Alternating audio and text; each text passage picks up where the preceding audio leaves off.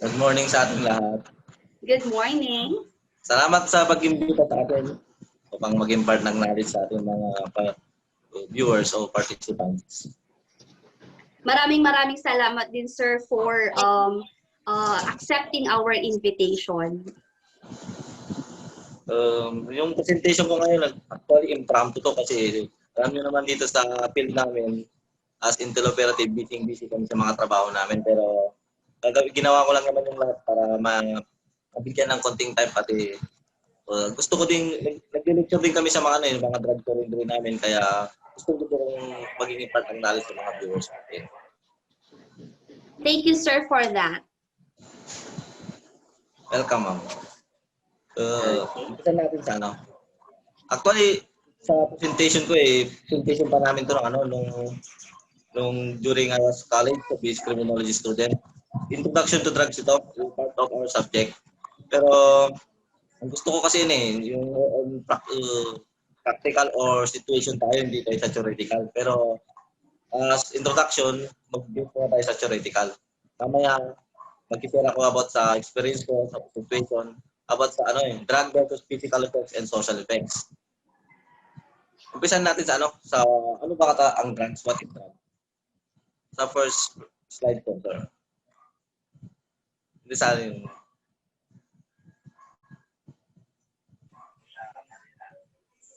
may mas nauna pa ata dyan, madam.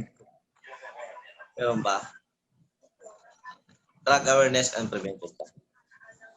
The first slide, bago tayo magtalakayan sa physical effects, sa social effects, siyempre alamin muna natin kung what is drug. Ano ba ang drug? Kasi minsan may interpret ng mga ibang tao yung ibig sabihin ng drug eh. Pag sinabing drugs, ang alam lang yung mga ibang tao illegal na agad.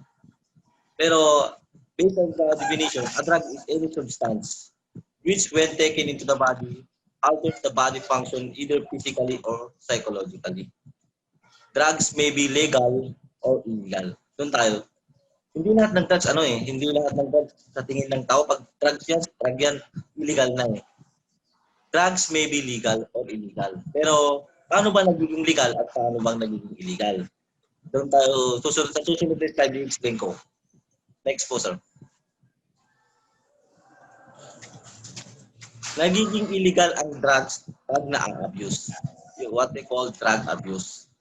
Drug abuse is the use of any chemical substance, licit or illicit, what we call legal or illegal din yan, resulting to individual physical, mental, or social impairment. Yung next. Para sige sir, sige pa. Tatlo yan. Ibe. Ang drugs Yang uluga bedong suki bebetuga kenroo. Using without benefit or prescription. Yan nag-uumpisa ang pag-a-abuse ng drug. Yung ginagamit mo yung droga, yung substance. Karo ako na miyulog. Yung ginagamit mo yung substance na hindi naman pre-prescribe. Yung wala namang benefit sa ating sarili pero ginagamit natin kasi yung mga ibang high-tech na ngayon yung mga addict natin, yung mga personality natin ngayon yung kahit anong substance diyan, parang ginagawa nilang aliwan lang. Ang nag-experiment sila kung anong effect nila sa sarili nila. Basta gusto nilang makakuha ng gusto nilang maging maka-high. Kaya high-tech natin yung mga drug addict natin ngayon Kaya hate na hate ng ating Pangulo ngayon yung drugs. Kasi alam niyo na yung mga drug personality, matatalakay natin mamaya.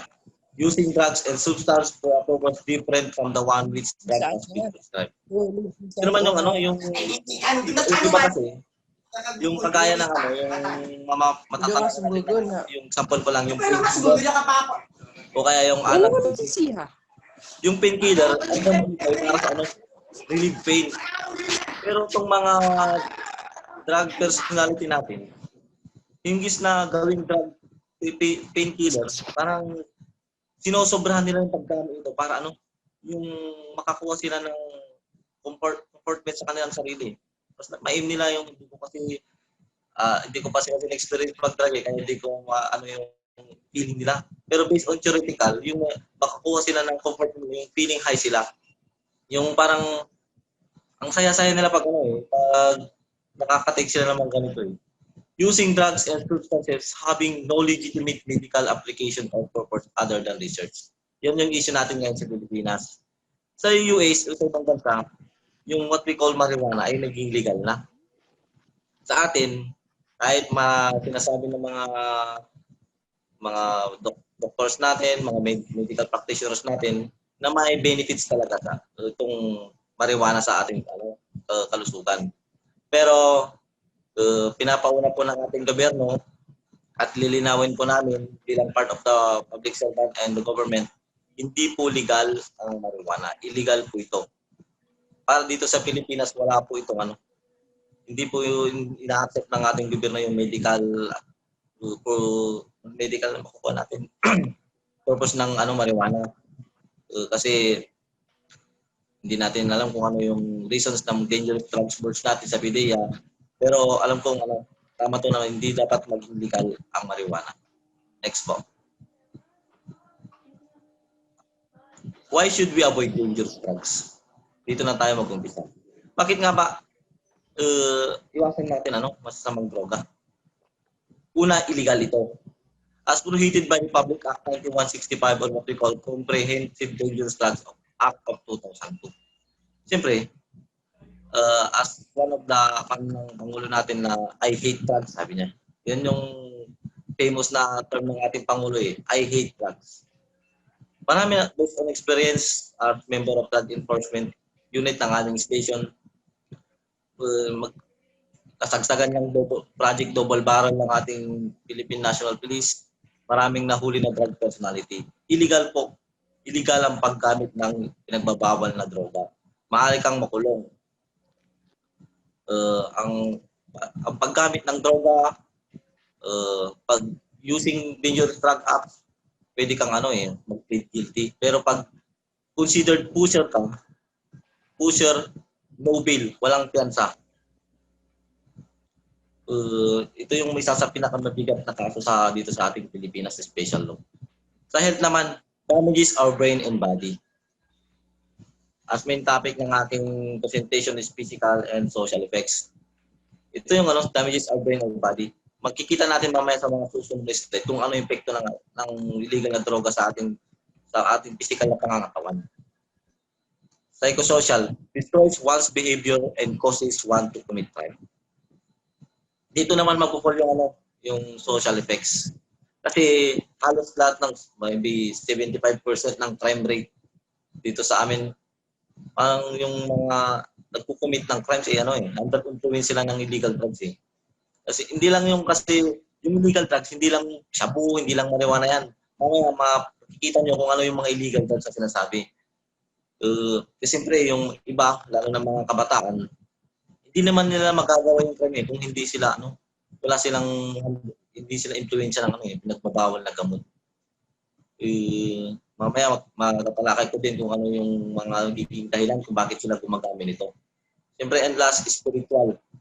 Bawal ito sa Panginoon. Against the will of God to. Kaya pinapauna ko po kung may kakilala kayo o sa inyong sarili, dangerous drugs, walang ikakabuti ito sa ating sarili. Next po. Saan ba nang galing ang drugs? Natural. Yan nagpo-fall yung marijuana.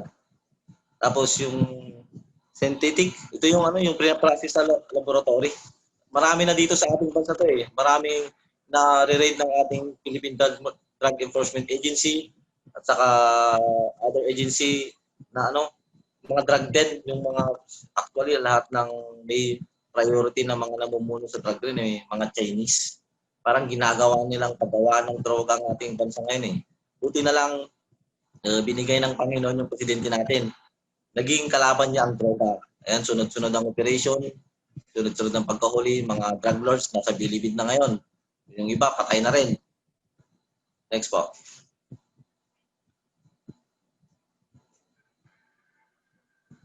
Sige sir, next lang po sir. Ayan, sa classification of drugs tayo. Actually, may tatlong classification of drugs. Ito yung depressants, stimulants, at saka hallucinogens. Itong depressants of what we call donors.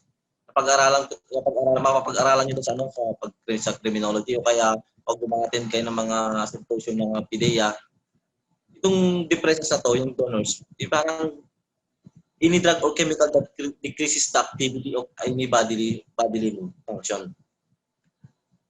Okay, i-text mo muna, sir. Text mo na.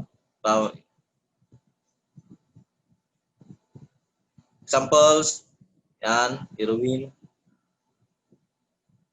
Sige, sir. Alcohol, ayan. Yan yung sinasabi ko. Hindi lang yung drugs, hindi lang yung sabu, yung marijuana, heroin, hindi lang yan. Yung illegal drugs din, alcohol. Andan din ang pupul yung alcohol, analgesic. Sige po, next po, sir.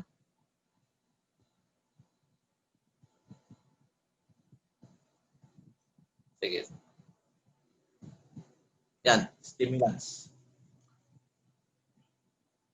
Stimulants. Kung yung depressants kanina ay downers, itong stimulants ay uppers. Kung compare ko lang, yung stimulants, dinidecrease mo na yung pag-function ng central nervous system natin. Parang nababawasan yung function ng central nervous system natin. Pero itong stimulants, nagiging high yung mga addict natin, mga drug personality natin dito eh. Nagiging high sila yung feeling.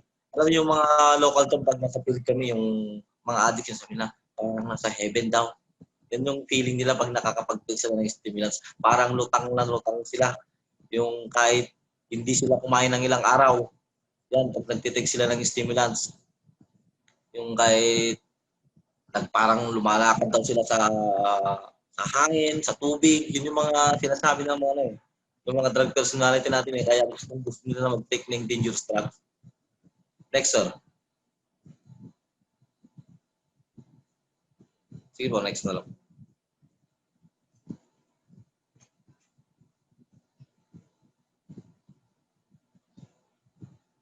Next na lang sa next. Parang naghang na. Yan. Sample of stimulants. Caffeine. Yan. Magpo-fall din sa yung illegal drugs, caffeine, cigarettes, amphetamine. Lilinawin ko lang ha. Yung nicotine, yung cigarette, dangerous drug, yung chemical siya, yung nicotine, pag in-abuse mo. Hindi consider dangerous drug yung sigarilyo, yung kape. Hindi dangerous drug yan yung component, yung chemical component nila, yung caffeine at saka nicotine. Pag in-abuse, what we call drug abuse. Nagiging dangerous drugs lang yung droga pag in-abuse. Yan na ang amphetamine. Next po, sir. Yung pangatlong classification ng drugs naman natin ay yung hallucinogens. Dito magpo-fall yung marijuana. Yung mayroon daw epekto sa may epekto daw ito sa based on experience na naman yung marijuana daw pag tinitik nila parang feeling na daw yung ang luwang-luwang daw ng pakiramdam nila yung mga drug personality natin yung kala nila daming babae diyan yung kahit walang itsura yung babae pag nakapag-text sila parang ang ganda daw, parang artista. Yun yung mga sinasabi ng mga drug personality natin eh. Kaya, minsan, nakapapaisip ako. Kaya pala, gusto mag-addict ng mga to sa amin.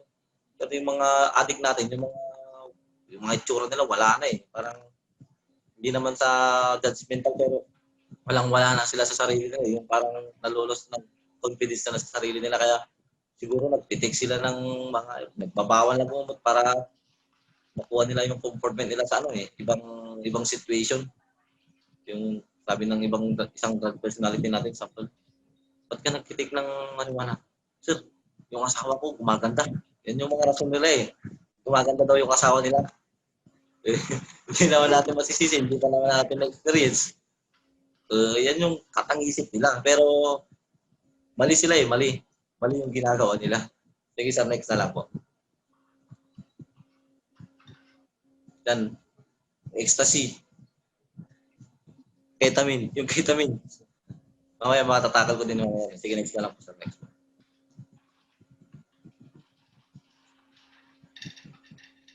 Paano ba ginagamit ang droga?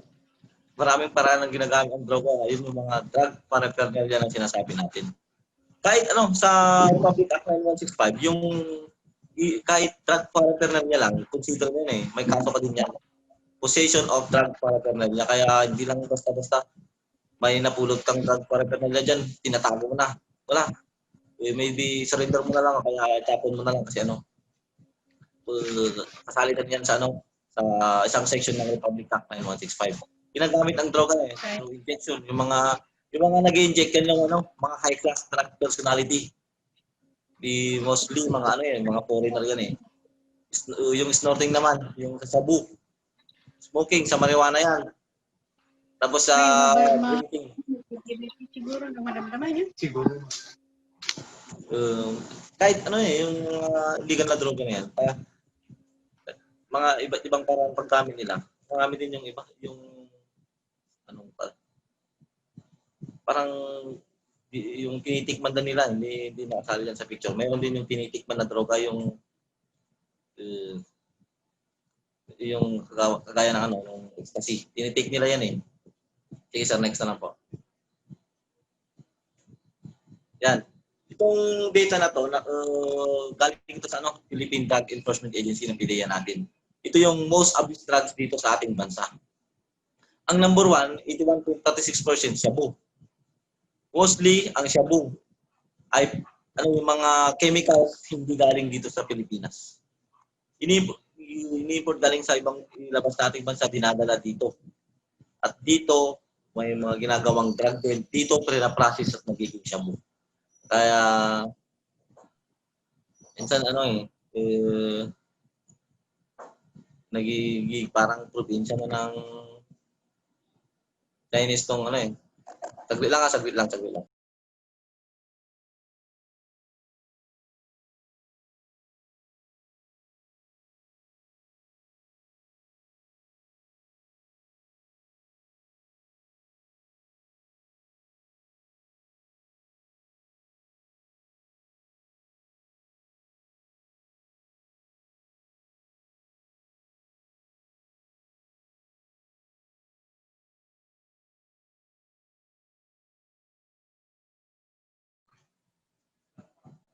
Okay. Pasensya na po sir. Pasensya na po. Kasi may umapit yung isang Intel operative natin. Yung project namin. Most abused drugs, babalik ako, yung shabu. Itong shabu na to, hindi talaga totally shabu na na pupunta dito sa ating bansa. Pina-process lang dito sa ating bansa ng mga foreigners. Mostly nahuhuli sa Pampanga yung isang pinakamalaking drug den dito sa Pilipinas na pagmamay-ari ng injik. Ginawa nilang parang panago yung babuyan nila para hindi maamoy. But meron din sa hindi pa ako pulis noon sa Nagilian. Yung isang malaking drug din na raid ng ating agency. Yung babuyan din yung pinanago nila Pinago nila para matago yung amoy ng shabu. Marijuana, yan. Hindi naman sa judgmental ulit. Mostly marijuana galing dyan sa tri-boundary. Di dyan sa Ilocos Sur, Benguet, tapos La Union. Marami nang na-raid na plantation ng marijuana dyan ang ating PDEA dyan sa may Sugpun. Tapos yung iba, confidential na lang. Tapos inhalants. Sige, next po. Next.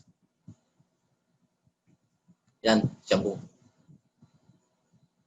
Yung number 1 most abused drugs. Tatalakayin natin yung epekto niya. Kung bakit gustong-gusto ng mga drug personality dito sa ating bansa itong shabu na to.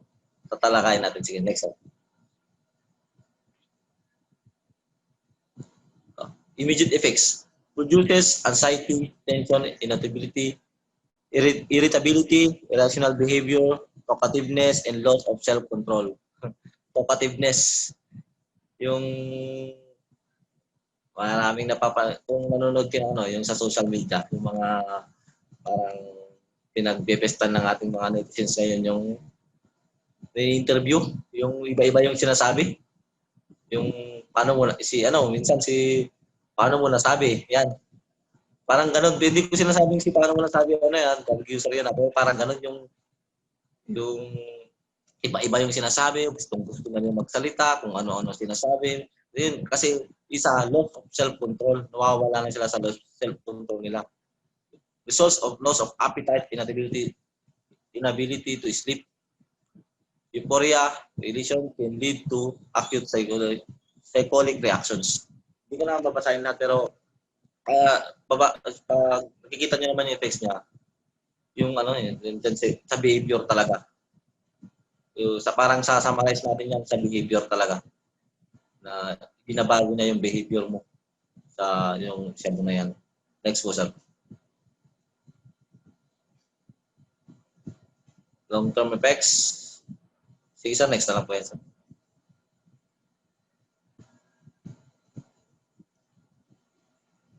Ayan. Tingnan natin yung nandito magpo-fall yung physical effects ng drugs. Pero mukha-mukha naman yung mga mukha ng gumagamit ng methamphetamine hydrochloride o what we call sabu. Tingnan nyo, sample na yan. Yung pictures na to, nakuha ko sa presentation sa ng PDEA. Yung tingnan nyo yung epekto ng mukha. Ang layo. Parang 2.5 years lang yan. Tingnan mo, 2.5 years na 2.5 years na gumagamit ng droga. Tingnan nyo yung tsura. Baka may gusto dyan na gumamit. Mag-isip-isip na kayo.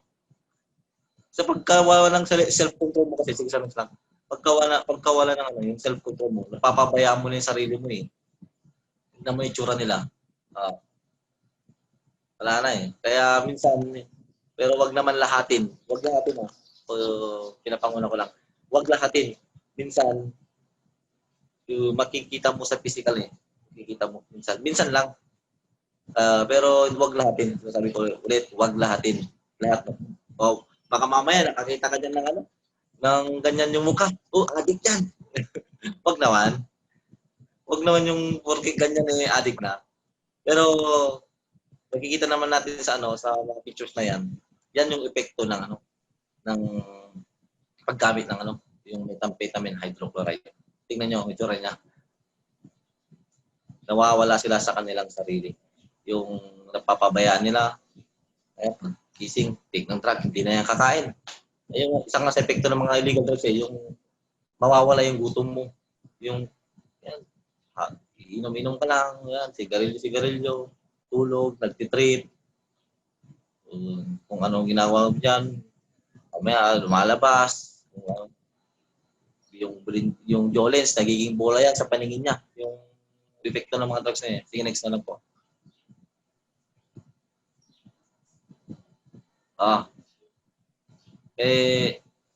Parang hapyaw lang yung, tingnan mo yung utak ng gumagamit ng dangerous drugs, yung mga drug abuser.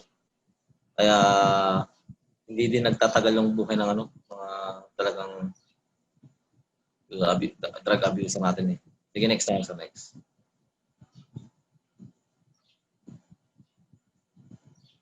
Yan. Sa physical effects talaga yan. Tignan nyo yung mga ipin nila. Pero, mas maganda na lang yung mga ngipin ng mga kababayan natin dyan sa sa Baguio, yung nagmamama, kaysa yung mga ngipin ng mga nag-a-addict. Tignan nyo yung ngipin ng nag-a-addict. Kung bakit nagkakaganyan, meron yung yung epekto ng yung chemicals niya. Pero minsan, epekto rin yan, nagkakaganyan dahil napapabayaan talaga nila yung sarili niya. Yung loss of self-control na sinasabi natin. Tingnan nyo, mamaya yung mga, pero wag natin ulit sinasabi ko na naman, wag lahatin, baka mamaya nakakita ka ng ganyan yung ngipin dyan, adik yan, wag naman. Yan lang yung mga yung ibang mga drug personality natin, yan yung epekto sa kanila. Sige, next na lang po. Yung number 2, kung sa abstracts natin, yung marijuana, yan yung itsura nila. Baka nakakita kayo ng ganyan, report nyo lang. Huwag nyo itago. Baka sa halaman nyo, akala nyo kung anong halaman na yan dinidilig-diligan nyo, hindi nyo pala alam, marijuana na yan. Kaya maging cautious tayo sa ating kapaligiran. Kaya mas mabuting talagang magkaroon tayo ng knowledge dito sa Republic Act 9165. Pero hindi ko natatakalin yan kasi sa mga criminology student yan. Next one. Hallucination, illusions. Yan yung epekto ng ng marijuana. Nag-illusion sila, yung sinabi ko kanina. Yung asawa nila na medyo parang kulang sa itsura. Pag nag-take sila ng marijuana, gumamit sila ng illegal na droga, nagiging artista yan, nagiging modelo. Kaya gusto nila eh. Minsan din yung mayroon din yung mag-asawa na mismo yung gumagamit eh. Hindi lang mag-asawa, sad to say, meron din yung pamilya na. Nandiyan yung anak, pinsan, yan. Sila na rin ang nagbibigay ng droga, sila ang gumagamit.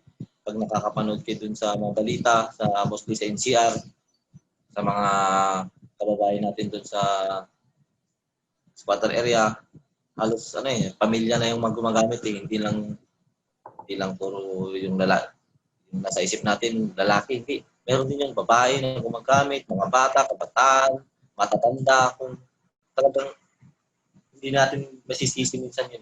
Pero mali talaga yung ginagawa, pero hindi natin sila masisisi. Yung mga nagugutom. Kasi nga, isa sa mga epekto ng bawal na gamot, yung nawawala yung gutom mo. Yung iba, yung mga rugby boys, mga nasa NCR, sa Metro Manila, yung mga rugby boys, gumagamit sila ng rugby, inaabis nila yung rugby, inaabis nila kasi nawawala daw yun ang sabi nila eh, yung mga drug personality, nawawala daw yung gutom nila. Hindi natin masisisi kasi nga gutom na gutom sila, akala nila doon sila mabubusog sa paggamit ng illegal na droga, pero kulang lang sa sa pag-impart ng knowledge o kaya kulang lang sa advice sa kanila. Kulang lang sa kunting sa guidance ng mga magulang, guidance ng ating gobyerno. Hindi naman ating gobyerno, hindi nagkulang ang ating gobyerno. Guidance ng mga nakakatanda, ganun. Kaya nila napagkakamalan yung epekto ng drugs na akala nila ikakabuti nila, yung pala ikakasama nila. Next na lang. For internet. Next po, sir. Ayan, inhalants. Yung sinasabi ko, yung mga rugby. Rugby boys, ginagamit nila yung, hindi ko alam kung bakit, yung inaamoy-amoy nila. Minsan trinay ko na yan eh, nung bata ko. Minsan trinay ko na yan eh, yung, rugby daw. Inamoy ko, talagang babalik-balikan mo na mo yun eh. Pero, masakit din sa bagay, yung bata-bata pa tayo, nung parang pusos ako, ano ba to ha? Bakit ba may tinatawag na rugby boys? Ganyan, napapanood sa TV. Inamoy ko yung rugby, kahit itry nyo. Parang, ang sarap-sarap talagang balikan na amoy din eh. Kaya pala ganun, yung feeling ng mga gumagamit yan eh. Pero masama yan. Huwag natin gawin. Huwag natin gawin yan. Next. Yan yung immediate effects niya. Loss of memory. Andun yung loss of memory, dizziness, permanent damage to brain. Mamaya matatalakad natin yan. Insomnia. Sige na yun. Next.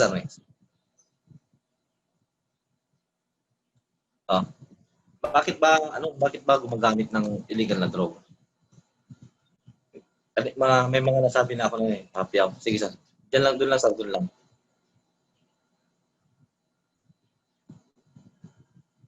Family problems. Sige. Doon lang muna sa umpisa.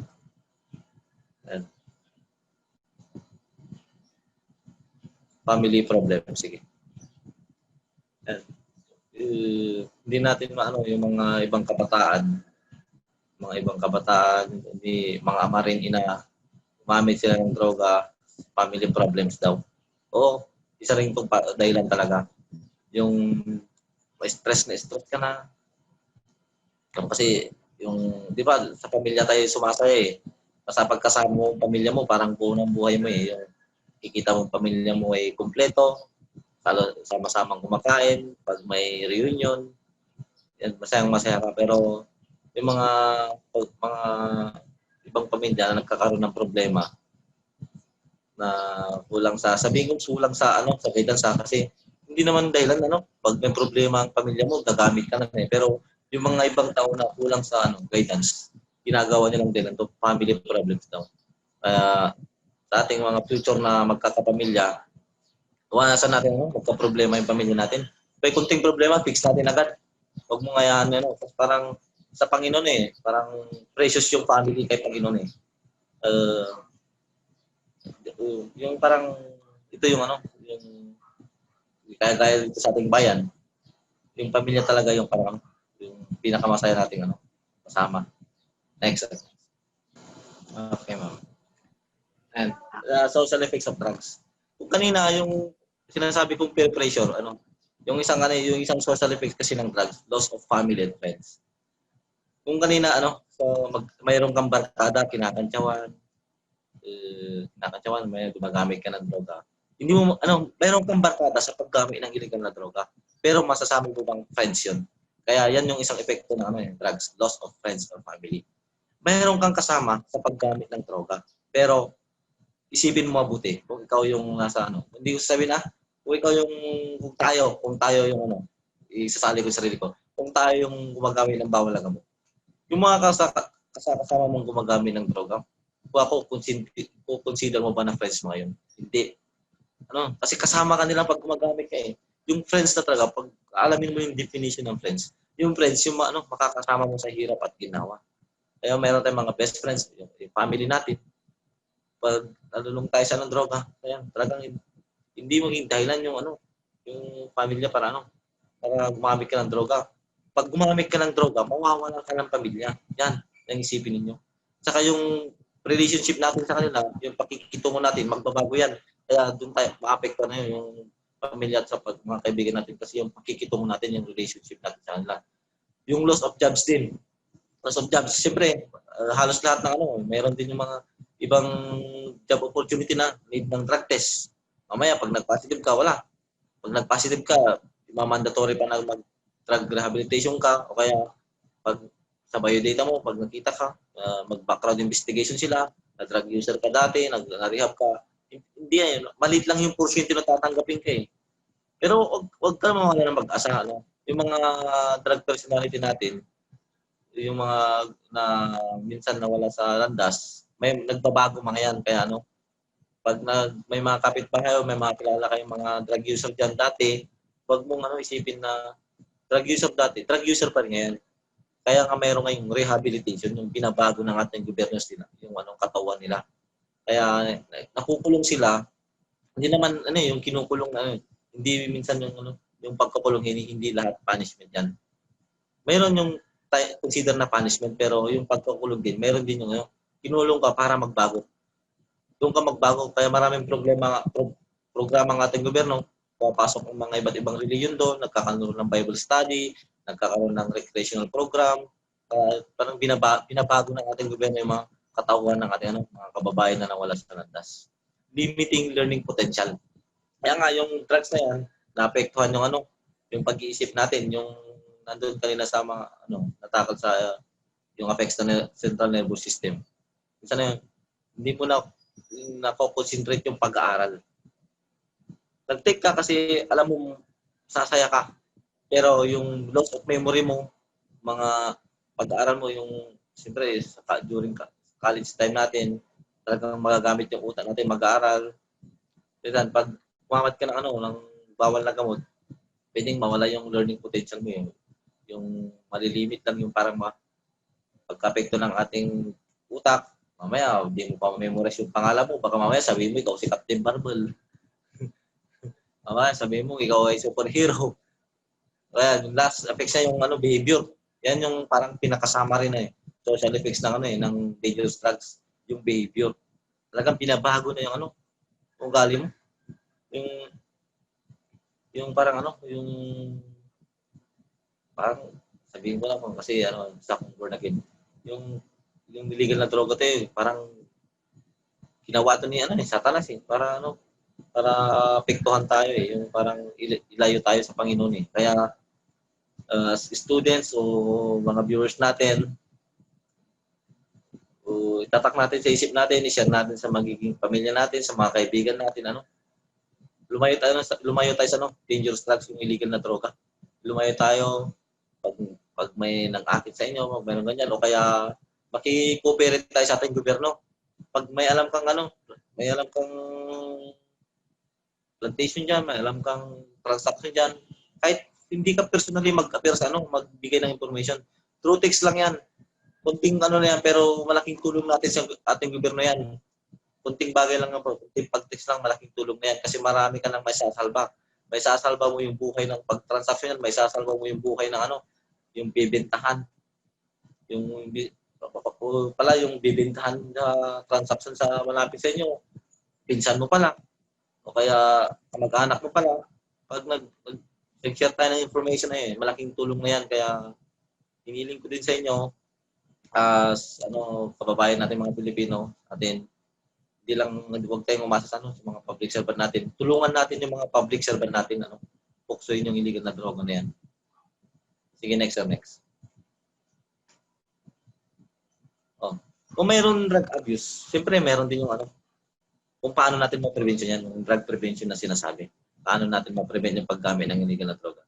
Get involved in some distracting activity. Pero yung distracting activity na yan, wag naman yung iba't iba, mamaya nagsugal ka na. Ayoko mag-illegal na droga, magsugal na lang ako. Ayoko gumamit ng illegal na droga, magbabae na lang ako. Wag naman. Yung distracting activity na sinasabi, yung mga magaganda, yung may magandang epekto din sa ating sarili. Yan, reading.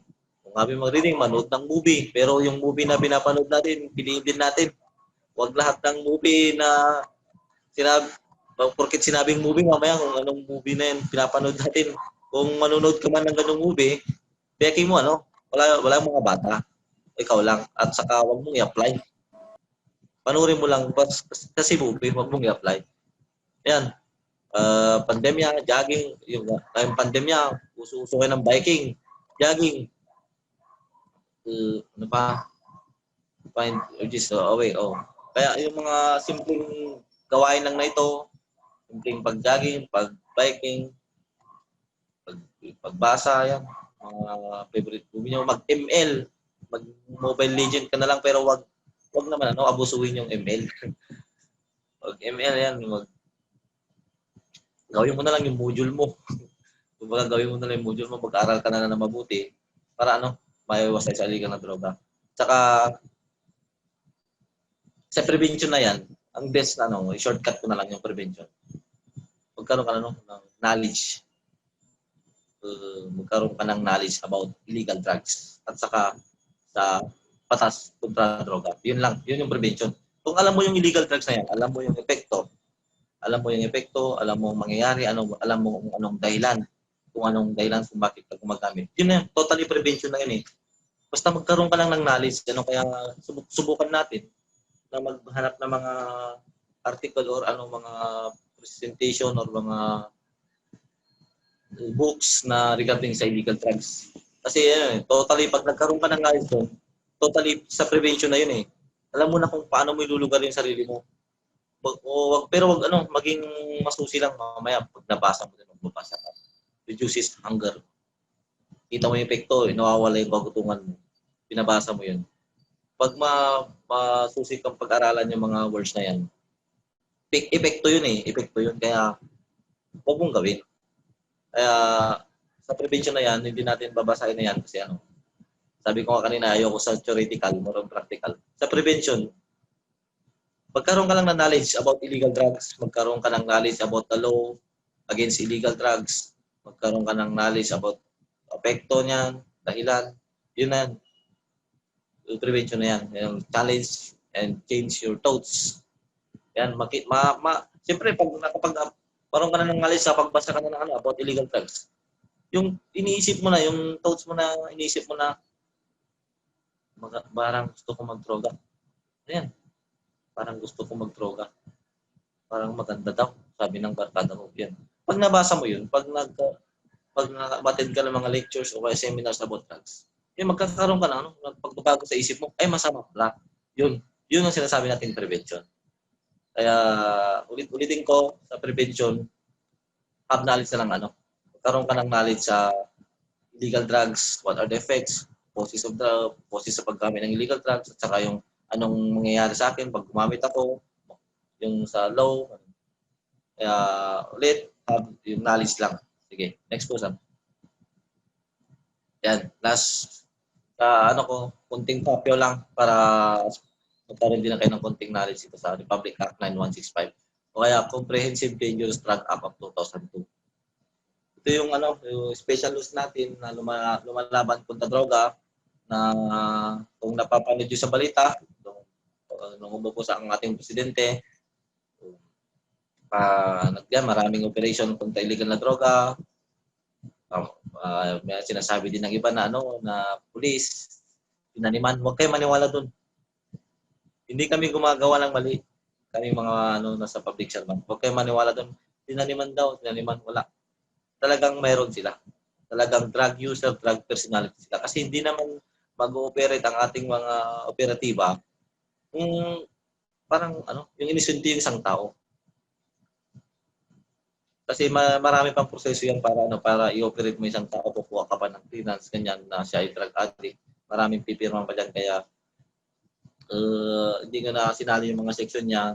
Pero usually, na section na nababoylate sa Republic Act 9165, yung legal using of dangerous drugs, possession, paghawak mo lang, mamaya nakakita ka ng dahon ng marijuana dyan. Yung sinasabit-sabit mo sa libro mo, parang display mo, kaya nilagay mo sa wallet mo. Wag niyong gawin yun. O drug paraphernalia, yung mga foil dyan, mga ginagamit. Huwag kayo magtago ng ganyan. Pag mayroon kayo, tapon nyo na. O kaya pag may nakita kayo, surrender nyo sa otoridad natin. Sa pagtatapos, yung subject natin, yung social at saka physical effects. Kasi sa mga present ko, kita nyo naman, hindi ako nag-base sa mga presentation ko kasi practical yun. Based on practical, kasi theoretical yun pala, sorry. Based on practical ako. Sa physical effects, nakita nyo naman yung epekto na yun, ang epekto ng droga sa ating pangangatawan sa panlabas nating pangangatawan. Nagkakaroon ka ng ganon kasi yung chemical components ng drugs, kaya minsan napapabayaan sa social effects. Alaman nyo naman, mawawalan ka ng kaibigan, pamilya, yung trabaho. Kaya yung sa lessons natin dito, yung iwasan natin ang illegal na droga. Makiisa tayo sa programa ng ating gobyerno. Makiisa tayo sa programa ng ating presidente, suportahan natin siya. Kasi walang ikakabuti ang bawal na gamot, illegal na droga sa atin. Wala yan ikakabuti. Kahit ulit-ulitin yung tingnan, ulit-ulitin yung basahin, wala talagang ikakabuti sa atin yan. Tapos ulitin-ulit na magkiisa po kayo, hinihingi ko po yung cooperation nyo pag may mga alam kayo dyan. Huwag kayo matakot. Kahit hindi kayo personal na mag-share ng information, through text lang yan, through email, hindi naman matatago naman yung personality nyo. Kasi hindi yung kunting bagay lang yun, pero yung pagtulong mo sa ating lipunan. Sinalba mo na yung pag may na-share ka. Kaya halimbawa, pag na-share ka, may marijuana plantation dyan sa malapit sa inyo. Pag na-share mo yan, marami ng buhay ang matutulungan mo dun. Marami ng mga kabataan, pamilya na masisira sana, mga kabataan na hindi makakapag-aral sana, maapektuhan mo. Ang may sasalba mo. Kunting bagay lang yun, parang matutulungan mo na yun yung pangkalahatan dito sa atin yung mga maapektuhan dito sa drug awareness and prevention natin, yung word na maging aware tayo, awareness at saka prevention. Ating viewers, sa inyong lahat, ulitin ko, have knowledge, magkaroon kayo ng knowledge sa illegal drugs, tapos mag-isa tayo. Yun lang, thank you. Sana nagkaroon kayo ng kunting kalaman sa naituro ko, pasensya na kung kasi hindi na tayo sanay, pero sana may na-impart ako sa inyo kahit kunti lang. Salamat. Yes naman. Okay, maraming salamat, Sir Roberto. Okay, that is a very informative and very nakakapagbigay lang naman talaga ng awareness sa ating lahat. Okay, allow me also to acknowledge the presence of our course facilitator. We have Ms. Erlene Hanelet C. Marquez. Good morning po, ma'am. Okay, so while preparing for the questions, okay, so I remind everyone, you can now type your questions po sa ating chat box dito sa Zoom. Okay, Sir Roberto, we have from Ms. Karen Cruz. Okay, allow me to read her comment. Thank you, sir. Sana nga po mawala na ang drugs sa ating bansa. Okay, Madam, clarification, ma'am. Huwag mawala ang drugs kasi ang drugs legal at saka illegal. Mawala ang illegal na droga, ma'am. Correction lang po. Yan yung misinterpretation natin. Okay, Sir Roberto, so are you ready for the question and answer forum? Sana hindi mahirap. Sana yung masasagot ko lang, madam. I know kayang-kaya mo yan, sir. Okay, we have a first question from Trisha. She is a Facebook viewer. Okay, so what can I do to help someone who is addicted to drugs? Ma'am? Pardon, ma'am. What can I do to help someone who is addicted to drugs? Yan. Tatagalugin ko na lang, ha. Yung paulit-ulit ko nga sinasabi kanina, kung ano, tutulungan mo yung isang tao, yung drug addict na yan, kung drug user siya, matutulungan mo yun pag-impart sa kanya ng knowledge. Pag may knowledge ka kasi sa ano, sa illegal na droga na yan, impart mo sa kanya. Kung example natin, ako, si Madam Baby yung Madam, sample lang, ha, para paisipan mo lang. Si Madam Baby Yes, yung sir. drug Go user. ahead. Sample lang. Si Madam Baby yung drug user. Siyempre, kaibigan ko siya. Alam kong drug user siya. Matutulungan mo siya kasi sa pag-impart sa kanya ng knowledge. Kausapin mo na, Madam, classmate, bawal yan. Masamang epekto niyan. Mayroong mawala yung future mo, mawalan ka ng pagkakataon na magkaroon ng trabaho, yung pag-aaral mo, mapektuhan. Yung pagkakaroon mo na ng guidance sa kanya, pag-impart mo ng knowledge sa kanya, malaking tulong na yun. Marirealize niya din yan soon. Hindi lahat ng drug user na yan, wala na sa katinuan yan. Meron silang tamang pag-isip, nawawala lang yung katinuan nila pag gumagamit sila. Pero hindi naman palaging gumagamit mga yan eh. Hindi naman free yung illegal drugs na yun eh. Minsan-minsan lang gumagamit mga yan. Mayroon din yung time na matino sila. Kausapin mo lang, impart mo yung knowledge, makakatulong ka na, madam. Okay, maraming salamat. Okay, from this, a message from our course facilitator, Ms. Arlene Hanelotsi Marquez. Thank you so much, sir. Our students learned a lot from your presentation. Thank you. Okay, another question po from Ms. Sabine Court, or Sabine Court. Did I pronounce your name correctly po? Okay, this is the question. For the number of people taking drugs, are the drug rehabilitation centers not too limited? Okay. Kasi yung kasagsagan ng double barrel natin, parang napuno na yung mga presyo natin eh. Kaya meron din yung sa ginawa ng ating mga otoridad yung magkakaroon ng plea bargaining. Bilang binibigyan ng pagkakataon imbis na makulong sila, nag-undergo silang rehabilitation. Pero as of ngayon naman, na occupy naman natatanggap naman ng mga drug rehabilitation center natin yung mga number of drug personality natin kasi marami ding tumutulong na non-government organization natin eh.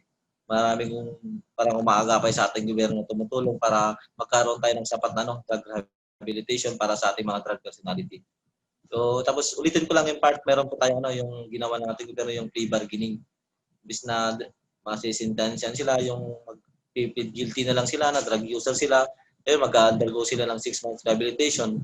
Yun yung programa ng ating gobyerno para mabawasan yung siksikan sa preso. Tapos yung presyo po na limited ba, hindi sakto naman na pupunan naman ng ating gobyerno sa tulong ng mga non-government organizations. Okay, thank you very much, sir. Okay, we have another question from Miss Jane Cestona or Cestona. Okay, how can someone easily withdraw from using drugs? What can be the substitute to his or her addiction? Yung mga drug user natin talaga, i-recommend talaga ng yung mga medical practitioners natin mag-undergo ng drug rehabilitation. Masok sa drug rehabilitation center yung mga drug user natin. Pero pag small time drug user ka lang naman siguro, mababago mo yung sarili mo yun, yung sa sinabi kong prevention kanina, yung hobby, yung karoon ka ng knowledge, pero mas advisable yung mag-undergo ka ng drug rehabilitation. Kasi sa drug rehabilitation center, maraming programa yung ating maraming parang binigyan na stages ng programa ng ating gobyerno doon eh. Yung mga, di pa kasi ako nakapasok din eh kasi hindi ako drug personality eh. Yung parang paglabas ng mga drug personality natin doon sa drug rehabilitation center, titignan yung tunay na pagbabago nila eh. Mababago at mababago talaga. successful talaga yung programa ng ating gobyerno. Yun lang po.